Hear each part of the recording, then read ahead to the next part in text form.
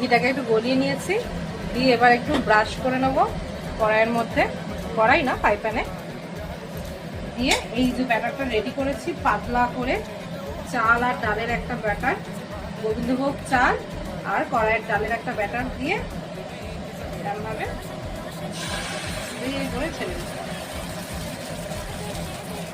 দিয়ে আস্তে করে একটু ছড়িয়ে দিচ্ছি। করছি হচ্ছে এটা সন্দেশ মাখা দিয়ে, তাই জন্য আমি এটা যখন একটুখানি হয়ে আসবে এর ওপরেই এরম ভাবে সন্দেশ মাখাটা দিয়ে দেবো প্রথমে।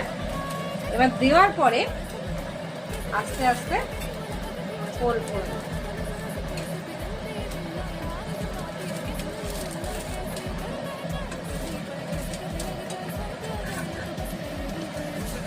লম্বাটা বেশি হয়ে গেছে না, ঠিক আছে, হ্যাঁ না ঠিকই আছে, এটা যতটা বড় সেরকমই দিতে হবে, তাহলে তুমি খাওয়ার সময় টেস্টটা পাবে পুরোটা। তুমি যদি একটুখানি দিই তো টেস্টটা ভালো আসবে না, তো ওই জন্য সরু করে আমি লম্বা করে দিয়েছি জিনিসটা।